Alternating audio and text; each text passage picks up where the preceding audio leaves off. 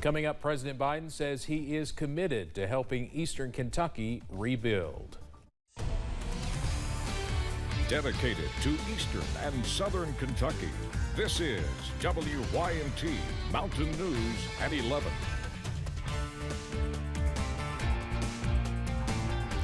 Good evening, I'm Steve Hensley. President Biden toured flood-ravaged communities in Eastern Kentucky and says he is committed to the recovery.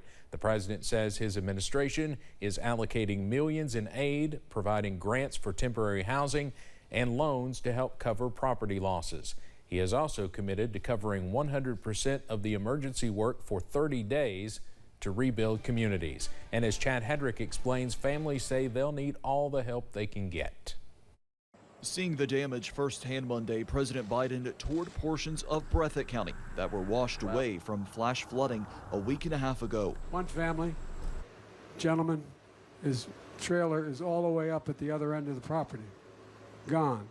It's the scene all over Breathitt County. Nearby where the president toured in Lost Creek, school leaders at Riverside Christian School are cleaning out and surveying their damage. It was horrible because we just dealt with this last year.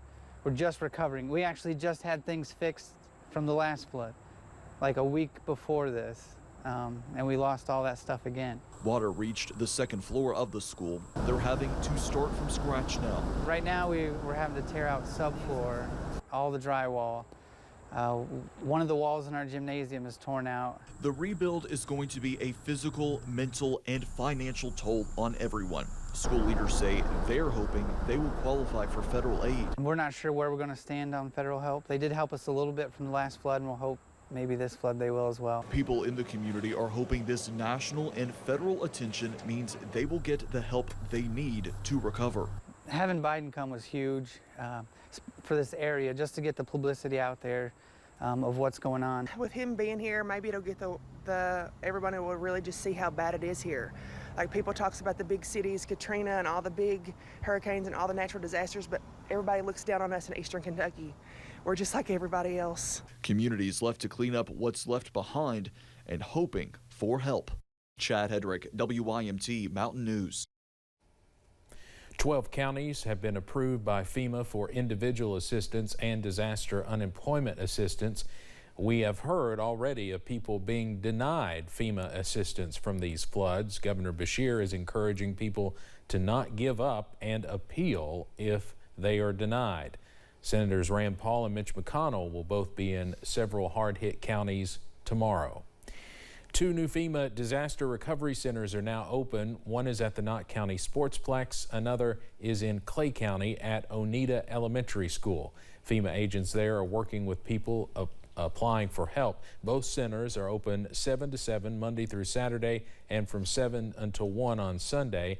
Individual help from FEMA is available in 12 counties, including Breathitt, Clay, Floyd, Knott, Letcher, Perry, Pike, Leslie, Magoffin, Martin, and Whitley counties.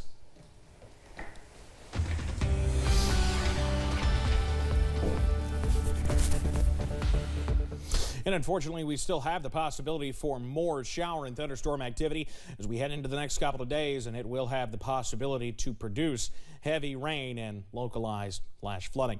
Outside right now, none of the sort. It's all quiet outside right now from our Pikeville Medical Center camera.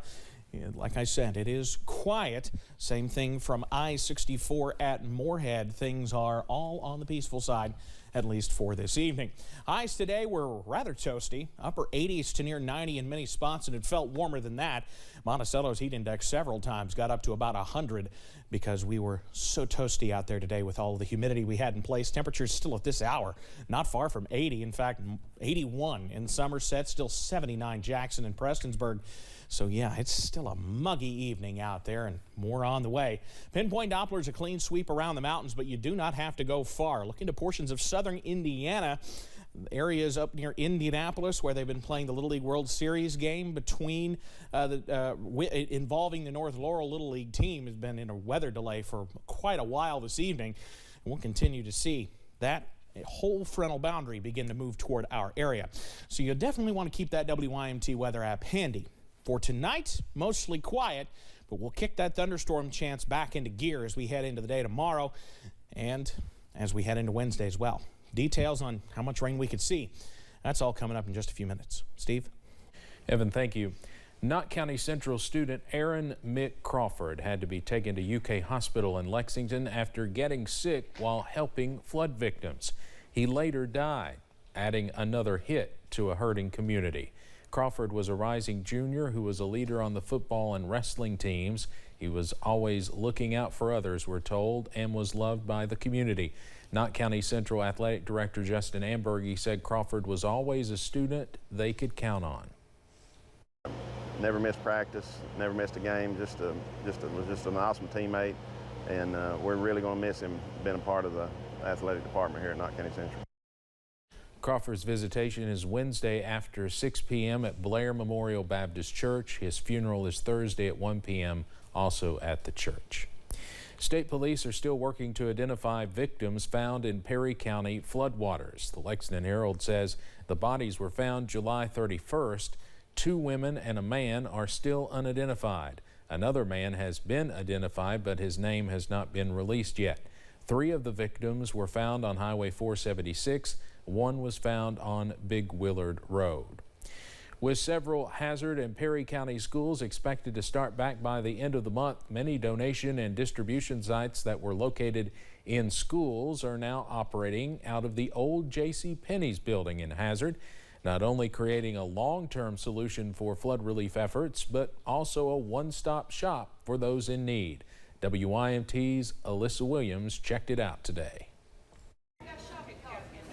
What was once a vacant building in the Hazard community has become a staple for flood relief efforts. We had to do a lot of cleaning and things like that, so they did that on Friday, and we really organized Saturday and Sunday, and we're open today. So it came together so fast, and I've kind of been calling this the Flood Relief Free Store.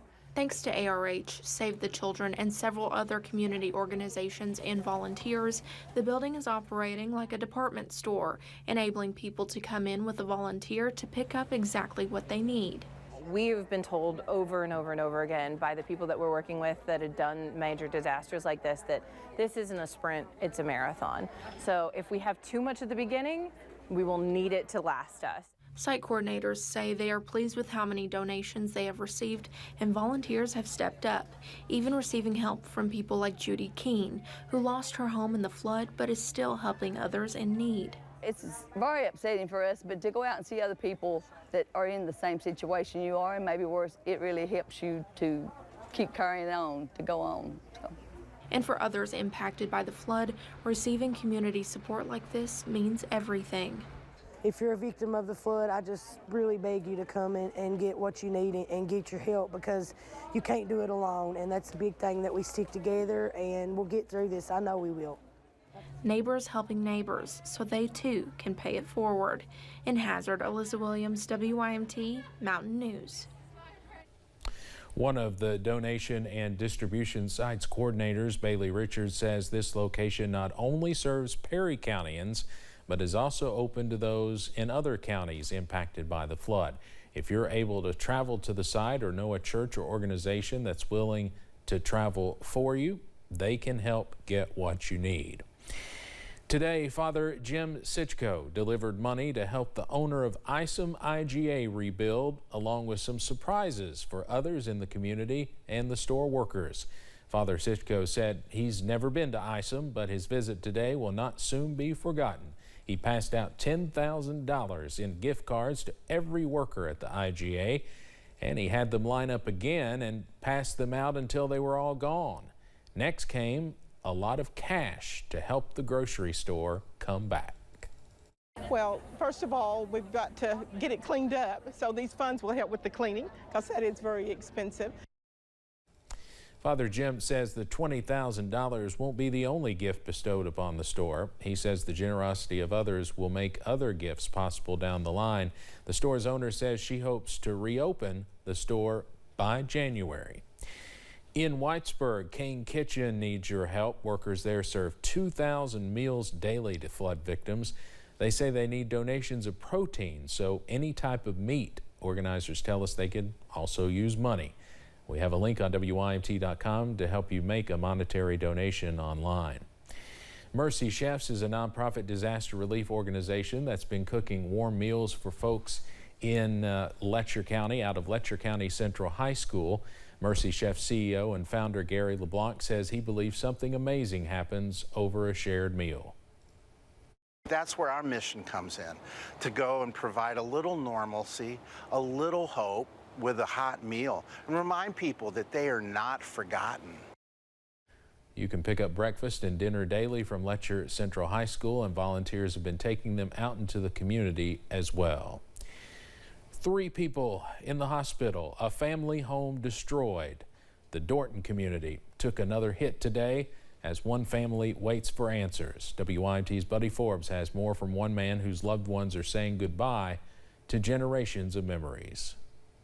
Dwayne Wright spent Monday morning marking off the perimeter of a home that has been in his family for generations. Because my mom was raised here, all the family was raised here.